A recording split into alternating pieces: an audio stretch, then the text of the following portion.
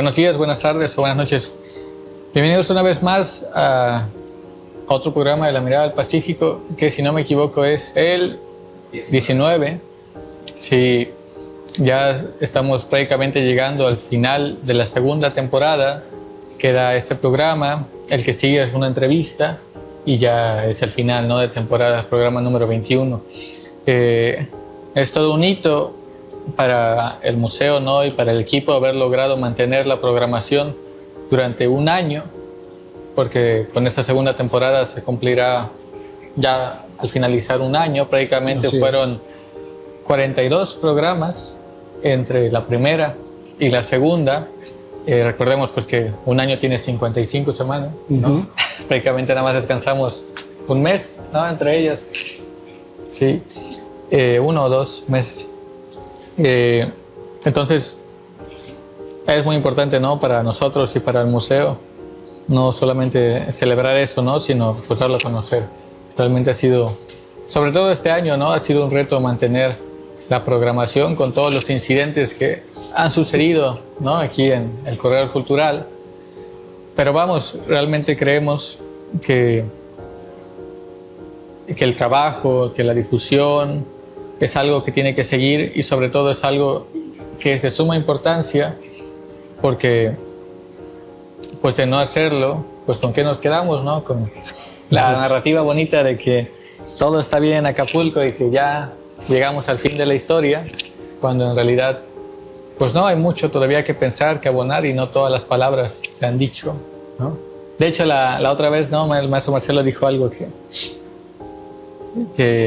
me dejó pensando, de eso de la destrucción del sintagma, ¿no? Decir todas las palabras al mismo tiempo. A veces creo que ciertas políticas, ¿no?, culturales del gobierno del estado o del gobierno federal parece que van hacia allá, como si ya dijeran o hubieran dicho todo, ¿no? Sí, que es así parece. El gran punto final, ¿no? Capitón. Bueno, el tema de hoy es muy importante para cerrar, ¿no?, este ciclo o este año también para nosotros, porque es sobre construcción naval del siglo XVIII. Así es. Si no me equivoco. Bien, es un tema central. De hecho, el tema de la construcción naval en el museo ha sido un tema pues definitorio casi para la vida particular, ¿no?, del museo, y no podíamos irnos o cerrar la temporada sin haberle dedicado un capítulo a él. Ya en el capítulo anterior hablamos sobre el por qué, ¿no?, el Museo Naval reconstruye modelos a escala o hace modelos a escala, y la pregunta que intentaremos definir o contestar hoy, ¿no?, es cómo se construían los barcos en el siglo XVIII. Exacto. Sí, y a partir de esa construcción, cómo nosotros entendemos, ¿no?, los modelos o los modelos a escala que realizamos. Exacto. Sí.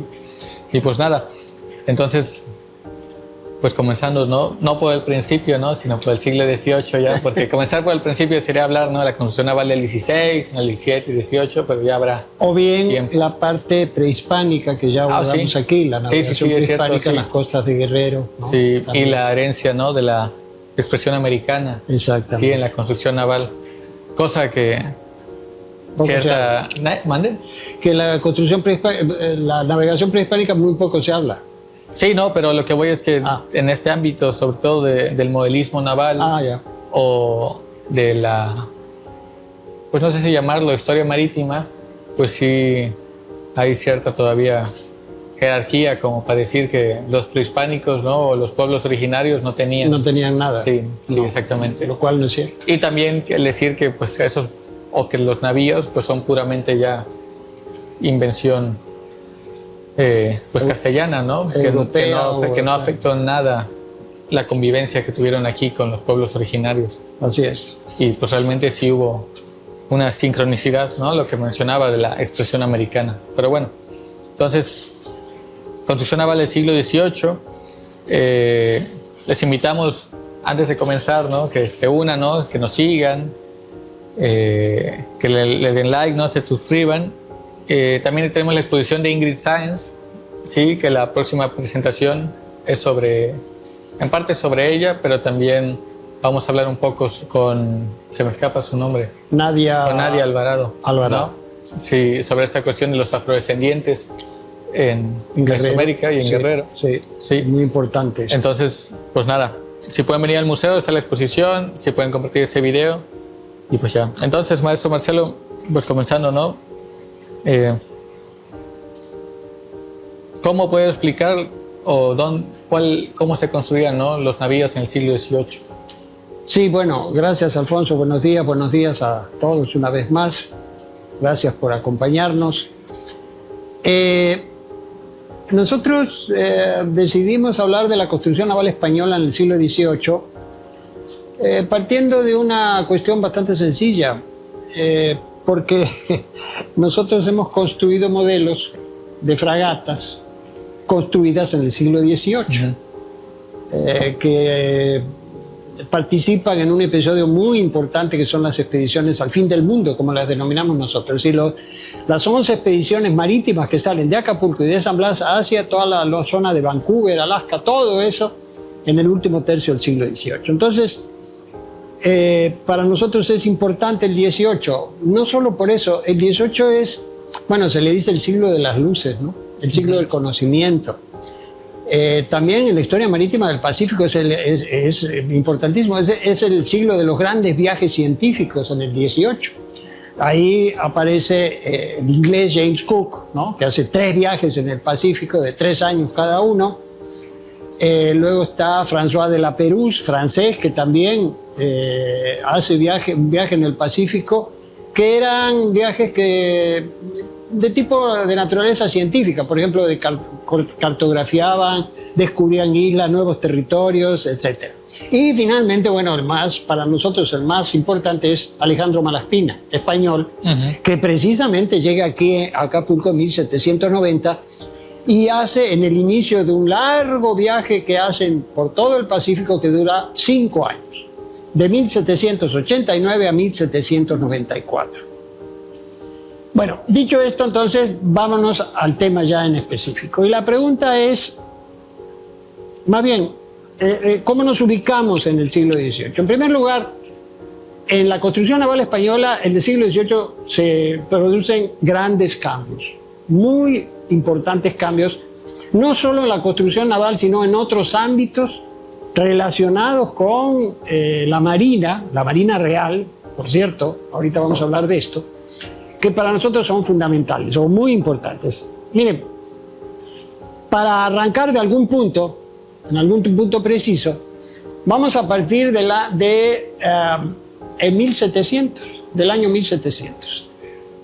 Ahí hay un evento importantísimo en la historia, no solo en la historia marítima española, sino en general de la historia del Imperio Español, porque en ese momento se desata una guerra que se llama la Guerra de Sucesión, que dura de 1701 a 1714.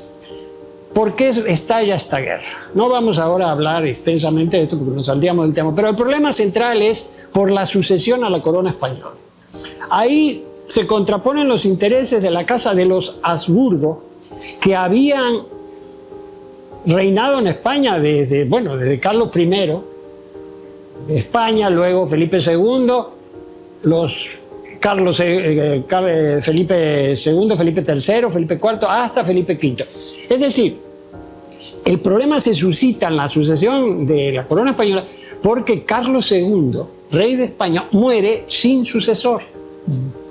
Y entonces ahí viene la disputa entre la casa de Habsburgo y la casa de Borbón, que son de Francia.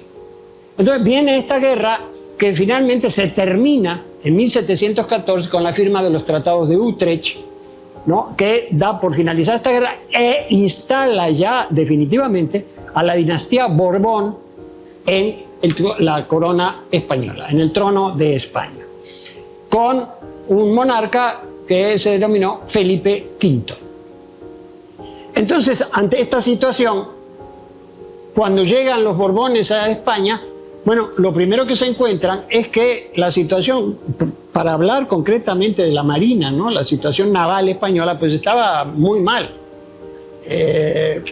Había muchos problemas.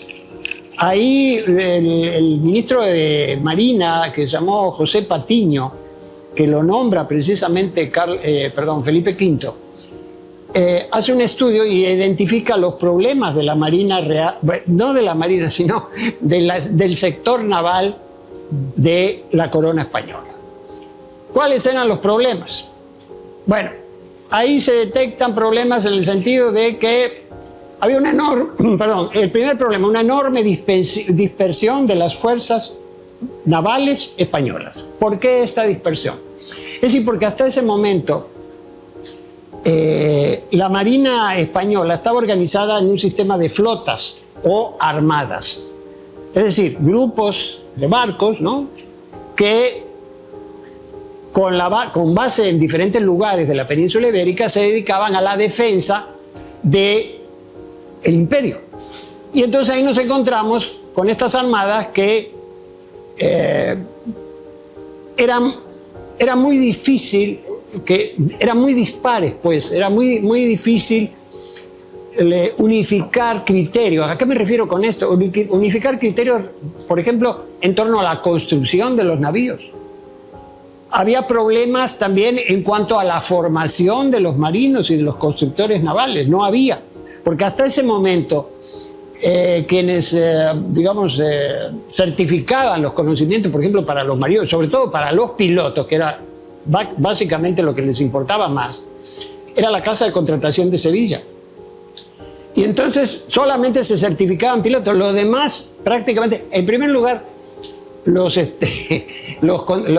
comandantes de los barcos se designaban prácticamente más bien por cuestiones o por intereses políticos o económicos. No sabían mucho. Por ejemplo, Miguel López de Legazpi, eso lo hablamos aquí, el que dirige la expedición en la que participó Urdaneta en 1565, cuando se encuentra el camino de regreso de Manila a Acapulco y se abre el circuito Acapulco-Manila, pues este era oidor de la Real Audiencia, o sea, no era marino. Sin embargo, por influencias, que eso ya sería otro tema también, bueno, queda al frente de la expedición. Y el que sabía navegar era un cosmógrafo llamado Andrés de Urdaneta, ¿no? O sea, el asunto era que se formaban pilotos o, de alguna manera, cosmógrafos, es decir, serían los navegantes, se les decía cosmógrafos. Y Andrés Urdaneta era cosmógrafo. No, fraile, ¿no? Era fraile, sí. Bueno, no, en el momento en que lo nombran en España, porque Felipe II le pide que sea el cosmógrafo de la expedición de Legazpi, todavía no era monje, sino que se viene a la Nueva España y aquí se ordena monje agustino. Y como monje agustino, bueno, va y regresa. Entonces había graves problemas en cuanto a la formación de personal. También graves problemas, por ejemplo, las piezas para hacer los cascos, las arboladuras, en fin, todas las piezas de madera que se necesitaban, se hacían por asiento. En aquella época le decían asiento, eran contratos.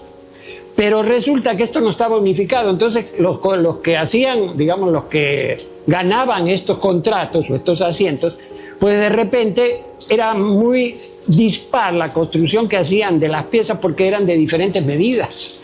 Entonces cuando llegaban a los astilleros de repente pues ya no servían porque eran o más grandes o más chicas. Entonces todo esto generaba graves problemas. Entonces ante esta situación que está resumida en la... Por cierto, voy a hablar de cuáles eran las armadas antes de continuar, o flotas. En primer lugar tenemos la armada... La armada de las galeras del Mediterráneo, que estaba destinada a proteger o a defender la costa española del Mediterráneo. Es decir, toda la parte que va prácticamente de Barcelona hasta Sevilla, un poco más para acá, cerca de Sevilla. Entonces esta armada estaba destinada, y eran, como bien dice su nombre, eran galeras, es decir, barcos que la galera es el barco típico del Mediterráneo. Porque los europeos, los españoles y todos los europeos dejan la galera cuando salen al Atlántico, porque ya no pueden navegar con galeras en el Atlántico, porque el oleaje es muy alto, entonces de repente la galera hace esto y los remos de este lado quedan en el aire, entonces ya no puedes gobernar el barco. Bueno, esta era la armada de las galeras del Mediterráneo. En segundo lugar, la armada la Armada de la Mar del Sur o del Perú, que estaba destinada a la defensa de las costas del Pacífico americano, principalmente las costas de América del Sur. Estaba también la Armada de Filipinas, pero la Armada de Filipinas no, como se pudiera pensar, no estaba dirigida a proteger la ruta Acapulco-Manila, no. Esta estaba destinada a la vigilancia, a la protección de las islas Filipinas. Por ejemplo, ante las incursiones holandesas, luego inglesas, y también para la pelea con los musulmanes que había ahí. Por ejemplo, en toda la isla de Mindanao, ¿no? Una y otra vez tenían problemas y peleaban contra los infieles. Y entonces se utilizaban esta armada. No solo eran galeras, había otro tipo de barcos, había pequeñas goletas, pataches, pero bueno, los barcos paradigmáticos de esta armada eran galeras, ¿no? También estaba la Armada de Barlovento del Mar Caribe. Esta estaba destinada a proteger el Caribe de las incursiones piráticas, sobre todo inglesas, en el siglo XVI, sobre todo portuguesas, luego inglesas, francesas, etc. Y no les sirvió de mucho. ¿Cómo? Que no les sirvió de mucho, ¿no? No, bueno, esto era muy complicado. Un montón de islas. Sí, era muy complicado, exactamente. Estamos hablando de las islas de Barlovento. Barlovento es el lado de donde viene el viento, es decir, Martinica, Dominica, todas estas islas, es decir, que están al este del Caribe, porque los alisios, los vientos constantes en el Caribe, vienen del este o del noreste. Entonces esta era del lado donde venía el viento, entonces era la Armada de Barlovento, y del otro lado era Sotavento, hacia donde se va el viento. Entonces estaba esta armada, la Armada de Barlovento, y finalmente la Armada de la Carrera de Indias. Esa sí estaba destinada a proteger los viajes, el comercio entre España y América, ¿no? Y finalmente estaba la Armada del Mar Océano, que su propósito era defender, vigilar las costas españolas que colindaba con, en este caso, con el Atlántico. O sea, de la zona de Cádiz hacia arriba, de Cádiz hacia la parte, el extremo sur de Portugal, ¿no?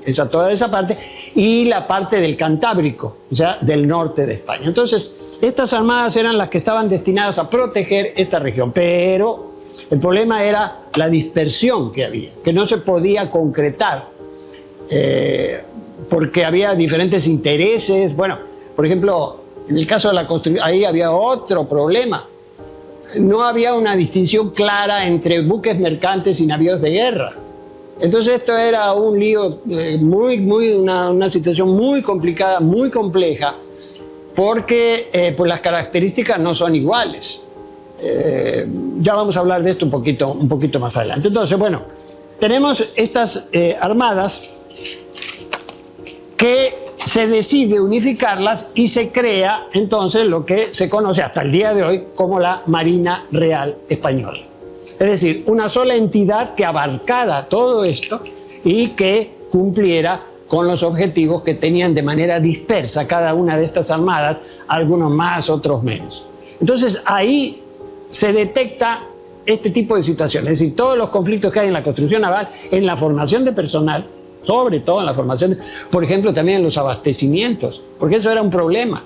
¿De dónde salía la madera para construir los barcos? En España, en Tarragona, los bosques de Tarragona surtieron durante mucho tiempo los astilleros españoles, pero no se daban abasto. Entonces, por ejemplo, para el caso de las arbolladuras para los mástiles, la madera venía del Báltico, de las orillas del Báltico, los pinos enormes que había en esa región. Todavía quedan algunos pocos, pero bueno, poquitos. Entonces también estos problemas del abastecimiento de madera, del abastecimiento de insumos. Por ejemplo, ¿de dónde venía el cáñamo para la jarcia, para las cuerdas, ¿no? Y el lino, que también venía de Europa del Norte. Pero esto estaba sujeto también a muchos intereses. Por ejemplo, es curioso, ¿no? Pero en algunas ocasiones, si bien había estado de beligerancia, por ejemplo, en el caso con Inglaterra, pero también Inglaterra proveía de insumos a la Marina Real Española. No muchos, pero sí los proveía. Y luego vamos a ver cómo provee constructores navales. Bueno, entonces, dado esto, se funda la Marina Real Española, que va a enfrentar o a tratar de resolver este periodo. Ahora bien, son 100 años. Entonces, aquí se distinguen 4 periodos en la construcción. Cuando se enfrenta al problema de la construcción naval en España, podemos ver o podemos analizarlo desde la perspectiva de 4 periodos diferentes. El primer periodo que va, ahora aquí tengo, de 1700 a 1749, aquí es un periodo que se caracteriza por los trabajos de un constructor naval de finales del 17, principio del 18, Antonio de Gastañeta. Este hombre es el que diseña una serie de barcos que en ese momento fueron bastante exitosos, pero no reunían las características idóneas como para enfrentar enemigos en el mar. Sin embargo, logró avances importantes. Uno de los avances más importantes que logró este hombre fue en torno a las arboladuras, porque logró armonizar, o más bien dicho, adaptar las arboladuras a la navegación en los mares con vientos muy fuertes. Es decir, redujo de alguna manera la arboladura para bajar el centro de gravedad del barco y hacerlo más estable. Entonces redujo las velas, aunque esto fue un problema porque al mismo tiempo que le dio más estabilidad a los barcos, pero redujo la velocidad. Entonces, así. Durante este periodo se construyen varias embarcaciones con los planos de Gastañeta, hasta que en 1700 viene el segundo periodo, después de 1749, que se caracteriza por haber utilizado el sistema de construcción naval inglés. Quien introduce esto es un famoso marino español de la época, Jorge Juan y Santacilia. Este hizo una expedición a América del Sur, a Ecuador concretamente, para medir un grado de meridiano, porque esa era, y para hacer observaciones durante eclipses, es decir, observaciones astronómicas, pero también era un hombre muy formado, con una buena formación en la construcción naval, y entonces se encarga de modificar o mejorar la construcción naval española mediante la adquisición de lo que se llamó el sistema inglés. El sistema inglés de construcción no difería mucho del español, sino que lo más importante de este periodo es que este hombre contrata constructores navales ingleses. Fíjate, que a pesar de que estaban en problemas con ellos, pero contrata constructores navales ingleses que son los que perfilan la Marina Real de ese tiempo. ¿A qué voy con esto? No había grandes diferencias, pero la gran diferencia no estuvo directamente en la forma o en la configuración de los barcos, el casco, la arboladura, sino en que optimiza los métodos de construcción. Es decir, comienza un mejor aprovechamiento de la madera, comienza a trabajar con gente especializada, es decir, ya aparecen carpinteros, calafates, buzos, todo esto ya con una formación mucho más sólida, y eso le da mayor consistencia a la construcción naval en España. Pero esto no sigue así, porque aparece un tercer periodo que va de 1750 a 1765, en donde aquí al mando del Marqués de la Ensenada, que fue ministro de Marina de esta época, se introduce lo que se llamó el método, posteriormente el método francés. Es decir, hay un constructor, Francisco Gautier, que es un constructor, él es francés, que introduce el método francés de construcción naval, que lo mismo, lo que mejoran, siempre lo que mejoran, por ejemplo, el método francés, aquí lo tenemos, aquí usamos el método francés en la construcción del Congreso mexicano, porque el Congreso mexicano se hace bajo estas premisas. Y entonces lo que se puede apreciar ahí es que hay una mayor precisión. Es decir, los franceses son mucho más cuidadosos, mucho más finos en el labrado de las piezas.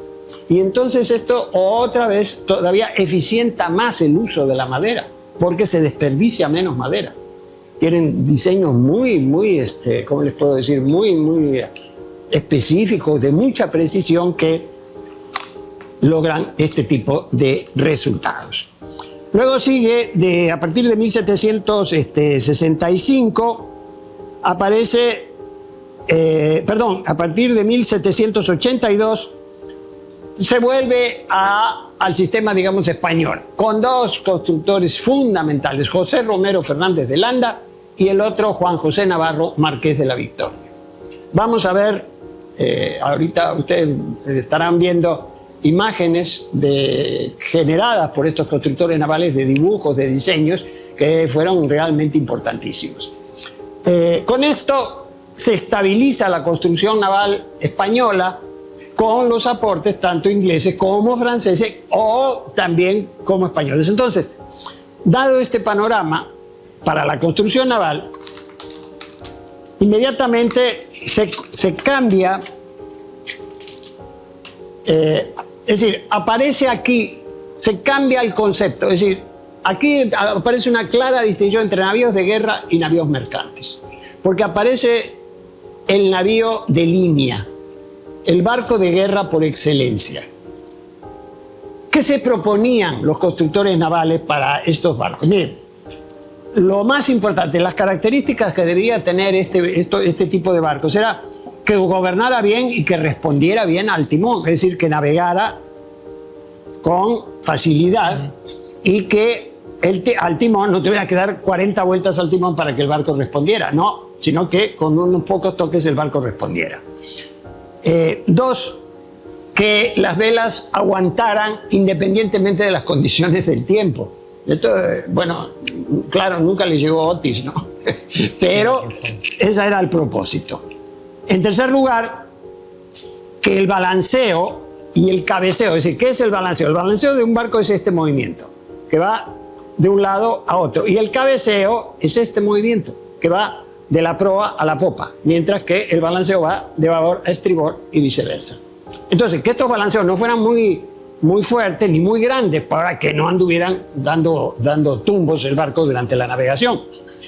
Y finalmente, que la batería baja, es decir, la cubierta inferior, porque los navíos de línea normalmente llegaron tenían normalmente 2 cubiertas de batería, es decir, donde había cañones, donde instalaban los cañones. Llegó a haber navíos, eso lo vamos a ver más adelante, de hasta 4 cubiertas.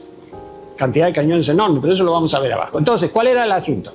Que la batería baja, la que estaba más abajo, estuviera a la suficiente distancia o altura respecto del mar para que cuando el barco escoraba, es decir, cuando el barco hacía este movimiento impulsado por el viento, pues no se pudieran abrir las puertas y pudieran seguir disparando, porque de repente hacía esto y entonces llegaba peligrosamente cerca del agua y tenían que cerrar las puertas, entonces ya no podían utilizar los cañones de ese lado o de esa banda. Entonces estas eran características fundamentales. En cuanto a los navíos de línea, ahorita vemos las imágenes, son barcos, en primer lugar, hay que establecer que la diferenciación entre los tipos de navíos de línea está dada no por sus características físicas del barco, sino por el número de cañones. Porque en realidad, si bien es cierto que unos eran más grandes, había 3 clases, los navíos clase A, clase B y clase C. Pero si vemos las ilustraciones, prácticamente son iguales, nada más que la clase A son los más grandes y las clases C son los más chiquitos. Entonces, estaban los clase A, que eran navíos de 90 cañones para arriba. Llegaron a construir, bueno, vamos a hablar de eso en el astillero de La Habana, el Santísima Trinidad de 140 cañones, fue el barco más grande construido en madera en el siglo XVIII, no solo en España, sino en toda Europa. Luego estaba la clase B, que eran los famosos 74 cañones. Estos barcos de 74 cañones fueron los navíos de guerra por excelencia, porque reunían las condiciones, las mejores condiciones. Por decir algo, eran mucho más económicos, por así decirlo, que los grandes navíos de 90, 100, 140 cañones. Entonces, los costos se reducían. Segundo, el diseño de estos barcos fue tal que eran barcos rápidos, estables y con el suficiente porte como para aguantar 70 o a veces un poco más, 70 bocas de fuego. Porque hay que tener en cuenta que un cañón, por ejemplo, un cañón de 36 libras pues podía llegar a pesar 5, 6, hasta 7 toneladas. Entonces no era una cuestión de ponerlos en cualquier lado. Había que equilibrar muy bien el barco para evitar que se volteara o que se hundiera. Entonces, estas son las características básicas de un navío de línea. Se decía que también, en cuanto a la velocidad, se decía que estos navíos, la propuesta era que navegando de bolina, es decir, ¿qué significa navegar de bolina? Es cuando el barco navega y el viento está aquí. Entonces, cuando se navega inclusive contra el viento. ¿Cómo navega un velero contra el viento? En zigzag. O sea, tú tienes la dirección del viento aquí, entonces con el barco vas haciendo esto y vas avanzando. Entonces se decía que navegando de bolina los barcos deberían, idealmente, llegar a los 9 nudos. Y navegando a un largo, o sea, con el viento de popa o por la aleta, por la popa, la parte de atrás, o bien por la aleta, hacia estos costados, debían llegar pues hasta 12 nudos. Esas eran las características ideales que debían tener estos navíos. No siempre funcionaba, pero por lo menos ese era el propósito y el objetivo. Volvemos otra vez. Aquí también todavía, aparte de lo que hace Gastañeta, aquí todavía se agranda más la vela mayor, o sea, se la hace más ancha. Volvemos a lo mismo, para bajar el centro de gravedad. ¿Cómo se baja el centro de gravedad? Es decir, el centro de gravedad es el centro de todo, como sabemos, ¿no? De todo el navío. Y ahí implica, se hace, por ejemplo, hay 3 centros importantes en la construcción naval. Uno es el centro de gravedad. 2, el centro de deriva, es decir, el punto ideal en el casco sobre el cual gira el barco, una especie de eje, por supuesto, ideal. Y tercero, el centro bélico, el centro de toda la arboladura. Entonces, para hacerlo, por ejemplo, más estable, bajaban el centro bélico. ¿Cómo bajaban el centro bélico? Pues muy sencillo, las velas de arriba las hacían más pequeñas y las de abajo más grandes. Entonces, el centro de toda la superficie del velamen del barco pues quedaba más abajo y por lo tanto se hacía más estable. Entonces, eso fue sumamente importante. En esto hay que detallar, hay un hecho interesantísimo. Por ejemplo, en 1755 se construye, si mal no recuerdo, en el Ferrol, en el norte de España, se construye el navío Guerrero, que resulta que este duró casi 100 años de vida útil. Fue realmente asombroso, lo cual demuestra las bondades de la construcción naval española, ¿no? Entre otros asuntos. Bueno, por ejemplo, el caso del Congreso mexicano, pues dura 43 años. O sea, son barcos que, para un barco de estos es una vida longeva, importante. Bien.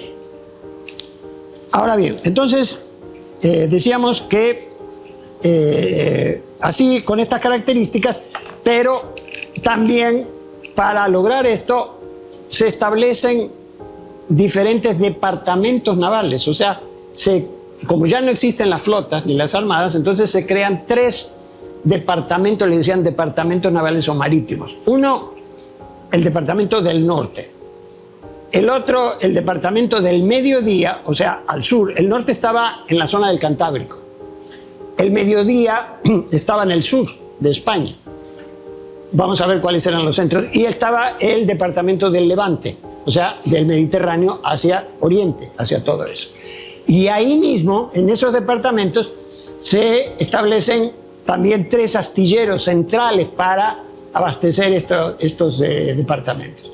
El primero, el del norte, el astillero del Ferrol, que pues, fue uno de los más productivos en la construcción naval española del siglo XVIII. Para el departamento del mediodía, o sea, del sur, el astillero se ubica en Cádiz, los astilleros Bazán, de Álvaro de Bazán, que fue todo un personaje, tanto en la construcción naval como él fue miembro de la realeza, ¿no? Y al mismo tiempo ocupó importantísimos cargos de tipo político y administrativo en la corona española. Y entonces se establece, y el de Levante se establece en Cartagena de Indias. Ahí estos eran los 3. Hubo más. Por cierto, esto era para más bien aquí se construían navíos de guerra y mercantes, pero por ejemplo los barcos pequeños de pesca se seguían haciendo lo seguían haciendo los carpinteros de ribera, en las playas. Tanto en Barcelona, en todas las playas de España, ahí se hacían. Los pequeños jabeques, las pequeñas lanchas de pesca, todo esto se seguía haciendo. No, en estos astilleros no se hacían este tipo de embarcaciones. En los astilleros, más que nada, las embarcaciones más pequeñas que se hicieron eran bergantines o pataches, barcos de 2 mástiles de alrededor de 20 a 25 metros de eslora, pero ahí quedó, no se desarrolló este tipo de construcción naval en estos astilleros. Entonces, se organizan los 3 departamentos y pasamos entonces al otro punto, es decir, aquí se organiza la construcción naval, pero quedaba el problema de la formación de cuadros tanto de marinos para navegar, oficiales de la marina, como constructores navales. Y entonces, ante esa carencia, porque, repito, esto se hacía en la Casa de Contratación de Sevilla, pero los criterios eran muy dispares. En cuanto a la cartografía, por ejemplo, la cartografía, no había una escuela de cartografía española, por así decirlo. Hubo una escuela de cartografía en las Baleares, que fue importantísima, ¿no? Pero los cartógrafos actuaban un poco como a la libre, ¿no? No había una escuela de cartografía, ni había una concepción de la cartografía unificada, nada de eso. Entonces, se crea, precisamente para resolver este problema, déjame ver porque ya no me acuerdo, en 1717, la Escuela de Guardias Marinas de Cádiz. Y ahí es donde se empiezan a formar, repito, tanto oficiales navales como constructores. ¿Qué se enseñaba ahí? Las materias que se impartían ahí fueron geometría, trigonometría, cosmografía, náutica, es decir, el manejo del barco, ¿verdad? Maniobra, náutica, maniobra, es decir, la náutica se refería, por ejemplo, al manejo del barco respecto de maniobras militares, sobre todo maniobras militares. Y la maniobra era el manejo de las velas, fundamentalmente, ¿no? Luego estaba la otra materia, otro tema, la fortificación militar, teoría de la artillería y teoría de la construcción naval. Entonces, con este corpus académico comienzan a nutrirse las necesidades, a resolver las necesidades tanto de construcción naval como de marinos que tenía la Marina Real Española a partir de 1717. Quiero agregar aquí que la construcción naval española no quedó nada más en España. Desde tiempo antes también aparece construcción naval en Nueva España. Y aquí, en el siglo XVIII tenemos 3 astilleros que son los más importantes de la Marina Real en América. El primero, que se funda entre 1703 y 1724, es el astillero de La Habana, en Cuba. Ahí, los datos que tenemos es que se construyeron, por ejemplo, 74 navíos de guerra. De los 14 barcos, de los 14 navíos de arriba de 100 cañones que construyó España, la mitad, 7 fueron construidos en La Habana. Pero no solo eso, la calidad de las maderas cubanas hacía que generaba comentarios entre oficiales de la Marina Real de que mientras que los barcos construidos en la península ibérica podían durar alrededor, en promedio, unos 10 años, los construidos en La Habana podían llegar a durar, en promedio, 30 años. Por eso, entonces, La Habana fue realmente importantísimo para ese asunto. Pero no queda solo ahí. También en la nueva, aparte de La Habana, en Cuba, en lo que hoy es México, hay dos astilleros que quiero destacar en el siglo XVIII. Uno es el de Coatzacoalcos, allá en el Golfo, fundado en 1731, y en el cual nada más se hizo un barco ahí, en 1734, que se llamó Nueva España. Fue el único que se construyó ahí. Un barco de línea de 64 cañones, de 64 cañones, que se abandonó la construcción naval porque salió carísimo. O sea, fue uno de los barcos más caros de todo el siglo XVIII, prácticamente. Estamos hablando de 4.969.870 reales. Es decir, era una cantidad enorme de dinero. Entonces se abandonó esto. Y el barco, bueno, no duró mucho tiempo porque al final terminó encallado en las costas de España, precisamente. Y finalmente, bueno, un viejo conocido nuestro que es el astillero de San Blas, que nosotros hemos abordado mucho este tema. El astillero de San Blas se funda en 1767 y no dura mucho, porque en 1796 lo desarma, la Corona lo desarma y prácticamente todos los equipos los lleva a Cavite, a Filipinas. Que por cierto, en Cavite fue donde se construyeron la mayoría de los barcos de la ruta Acapulco-Manila, o sea, del galeón de Manila o nao de China, como lo conocemos. Entonces, ahora bien, este astillero, ¿por qué lo traigo también a colación? Porque ahí se construyen las 4 fragatas para las expediciones al Pacífico Noroeste, que he mencionado yo en muchas ocasiones, y ahí se construyen estos barcos, de los cuales nosotros tenemos los modelos, hemos realizado los modelos de 2 de esas fragatas, que son los 2 únicos planos hasta ahora que encontramos de esos barcos en el Archivo General de la Nación. Faltan los otros 2, hay que buscarlos, pero bueno, todavía no lo hemos hecho.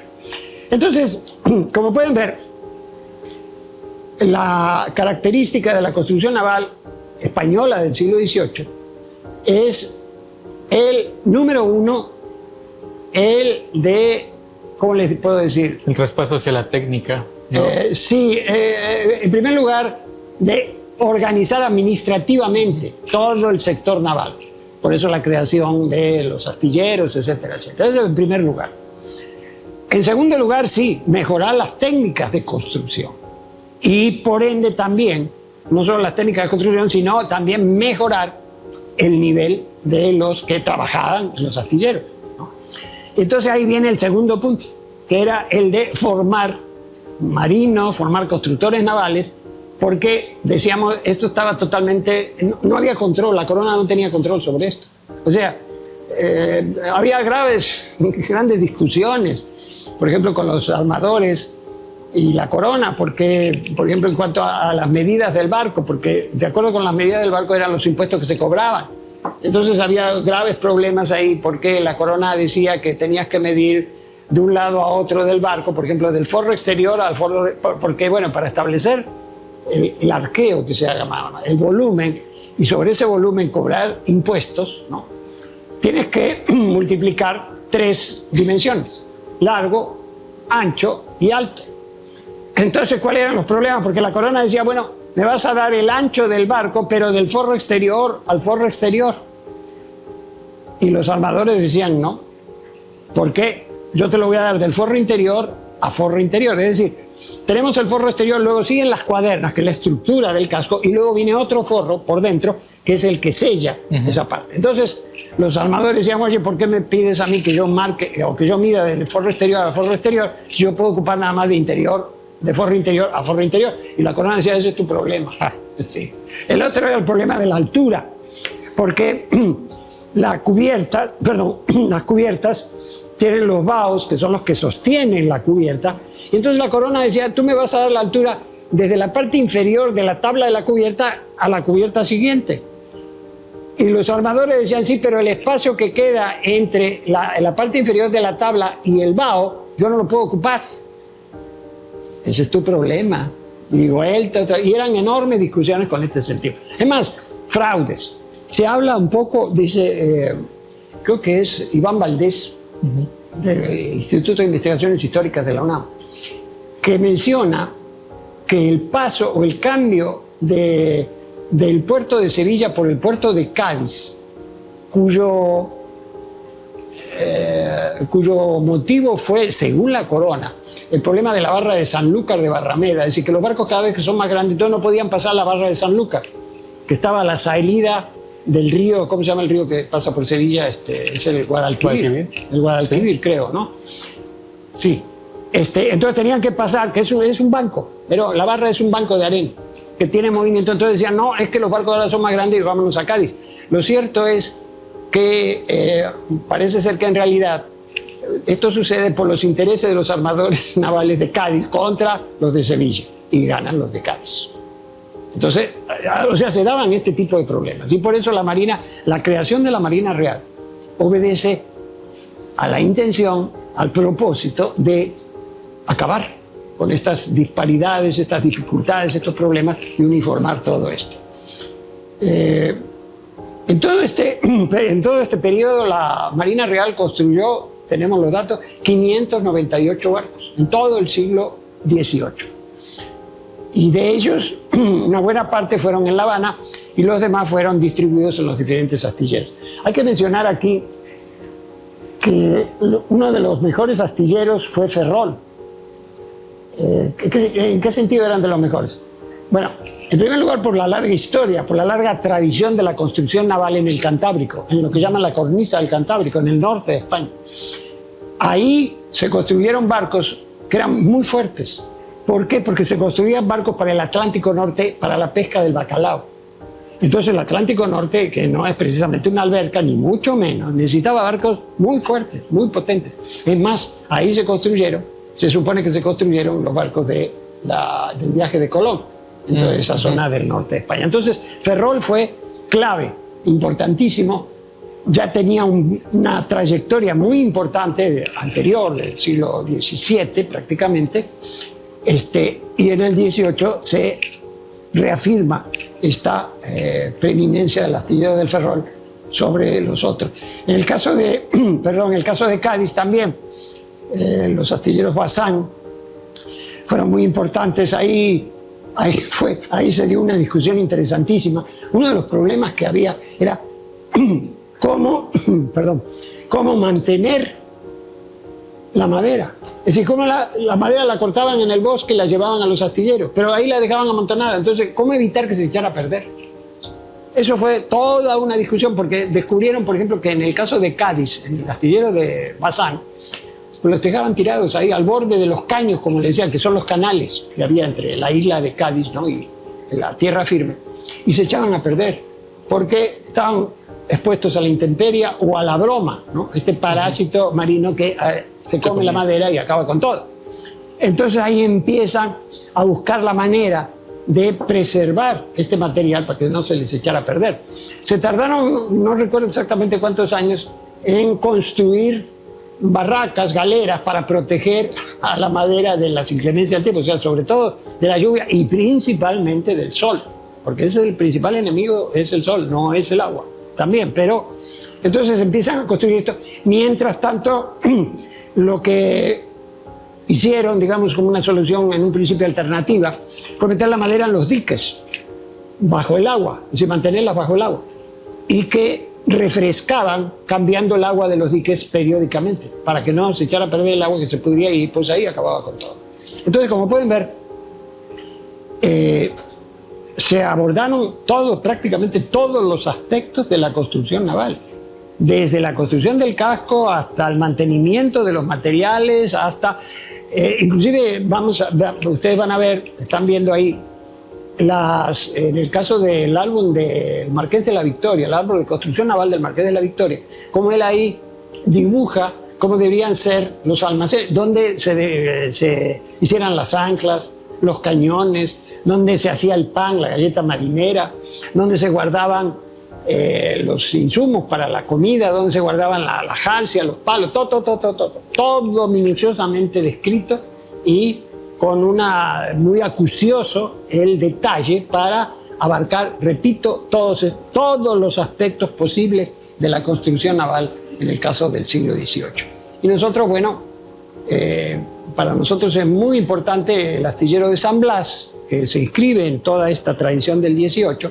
debido a nuestro propósito de construir las fragatas que se construyeron allí para los viajes al noroeste. Pero no solo eso, también estamos interesados en el astillero de La Habana, porque ahí se construye lo que después fue el primer barco de guerra, el Congreso Mexicano, en 1789, que ya hemos hablado de este tema. Entonces, pues yo por el momento, ya me afectó un poquito, yo por el momento lo dejaría aquí, el tema. No sé si hubiera alguna pregunta, alguna duda que podamos desarrollar, Alfonso. No, pues en realidad creo que se empalma, ¿no? Con la ilustración, ¿no? De lo que bien se dice en el siglo de las luces y Sí. cómo, bueno, en esta Europa, ¿no? O en el mundo occidental comienza a surgir la cuestión de la profesionalización e instrumentización de la ciencia, ¿no? Sí. Y de las profesiones para lograr, pues, mejorar, ¿no?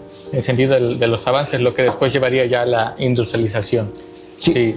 Y quiero agregar una cosa que me estaba pasando por alto. Mire, la situación de la Marina Española, todavía no de la Armada Real, la Marina Real, fue tal que Luis XIV, rey de Francia, prácticamente le rentó barcos a España para una situación que se llamó la Piñe. Esto aparece aquí, en este libro de un historiador. Yo viajé con él a Isla Clipperton, Hubert Jouet. Magnífico, un magnífico trabajo. Es decir, estos barcos deberían hacer o realizar el comercio transatlántico español. Pero no salió muy bien. ¿Por qué? Porque los barcos salían de Francia, sobre todo salían de San Malo, se iban al Perú. Entonces, el propósito de los barcos era nada más comerciar con mercancías españolas, pero no era así, porque estos metían mercancías francesas, las vendían en Perú, cargaban mercancía peruana, pasaban, inclusive en algunas ocasiones llegaron aquí a Acapulco, luego vendían estas mercancías en Asia, cargaban mercancías asiáticas, las traían de regreso y así se la pasaban. Es más, viajes de este tipo duraron hasta 5 años. Los comandantes iban de un lado para otro comerciando entre uno y otro puerto, lo cual a la corona española, esto estaba prohibido por la corona española, pero no había manera. Es decir, la Marina Real en ese momento no podía contrarrestar esto, es más, tenía que someterse a esto y sobre todo, lo más importante, que los franceses proporcionaron el servicio de transporte de caudales. Los impuestos, bueno, toda la plata que salió de aquí, del Potosí, todo eso, había que transportarla. Y la Marina no tenía esa posibilidad. Y cuando lo hacía, con graves riesgos de ataques ingleses, como se dieron, por ejemplo, el caso de la fragata Mercedes, que la volaron frente a Cádiz, ¿no? Los ingleses, cuando no había un estado de beligerancia. Entonces, bueno, una y otra vez, todo el tiempo se la pasaron, por ejemplo, los españoles protestando por ataques ingleses a sus barcos fuera de periodos de guerra, es decir, en periodos de no beligerancia. Y entonces, ¿qué hacían? Protestaba el embajador español en Londres y la corona británica le decía, sí, tienes razón, no, está muy bien, no, hubo un error, mira, discúlpame, que no sé qué. Y le decían que sí, pero la clásica, no le decían cuándo. Entonces, nunca regresaban nada, porque los españoles lo que decían, oye, te apropiaste ilegalmente de un botín que no te corresponde, pues regrésame. Pues no funcionaba así. Ya se perdió. Entonces, por eso los franceses hicieron grandes negocios. Este libro se puede... Bueno, la única particularidad es que está en francés, no hay traducción, pero aquí lo tenemos. Y repito, todas las menciones bibliográficas que hacemos nosotros aquí tienen el respaldo de nuestra biblioteca y que está a disposición de todos ustedes para la consulta. Todavía somos pequeños, no tenemos el servicio de préstamo, pero con mucho gusto aquí se pueden venir a consultar. Entonces yo por el momento lo dejaría ahí. Vale. Sí, pues nada. Y agradecería la atención. No, que era muy importante, ¿no? Para nosotros abordar este tema. Sí, es un tema, yo lo he tratado de resumir porque es muy complejo. Por ejemplo, nada más con el problema de la guerra de sucesión y lo que significó todo este asunto, bueno, nos podíamos llevar varios programas. Un semestre entero. Sí, podíamos llevar varios programas. Hablar de las particularidades de la construcción naval también es complejo. Yo no quise meterme en eso porque es un lenguaje o un discurso muy especializado. Es muy técnico, ¿no? Sí, muy técnico, exactamente. Entonces puede resultar inclusive hasta aburrido, ¿no? Entonces, por eso esto es una especie de síntesis bastante apretada de todo esto. Son 100 años. 100 años reducidos en una hora. No está sencillo. Bueno, entonces, aquí por el momento terminamos. Muchísimas gracias y te dejo para terminar. No, pues gracias, ¿no? A los que se quedan hasta el final. También les agradecemos que estuvieran a lo largo de la siguiente temporada. Bueno, de esta temporada. El programa que sigue es la entrevista, ¿no? Con Nadia Alvarado, que es sobre los afrodescendientes en la Costa Chica y en Guerrero. Y pues nada, les agradecemos que se suscriban, que compartan el video, que le den like y pues nos estaremos viendo. Que eran 2 videos, ¿no? Sí. Y pues nada. El de Nadia y el final, ¿no? Y el final. Ahí se va a ser interesante porque yo creo que ahí vamos a presentar, digamos, los resultados de Recuento de todo todo. esto, los Sí. alcances que hemos tenido, quién nos ha visto, en fin, todo esto, en qué sentido se ha desarrollado durante este año. Sí. Porque eso es así, ¿no? Y ya el próximo, yo todavía me queda lo de maestro, iba a decir el próximo semestre. Sí, ya el Pero próximo bueno, semestre ya ya, regresando de vacaciones. regresando de si vacaciones. sobrevivimos al niño, Ah, ¿no? bueno, y a Trump. y a cualquier otro huracán, ¿no? que venga. Sí. Sí, pues hay que ver. Muy bien, bueno, entonces, una vez más, muchísimas gracias. Ya nos saludamos nos saludamos a nuestros Sí, compañeros sí, agradecerle, ¿no? a Roberto, a Camps, a Gabriel y a Manu que están ahí. que están aquí, como siempre, atrás del cañón, firmes. Muchísimas gracias. Hasta la próxima.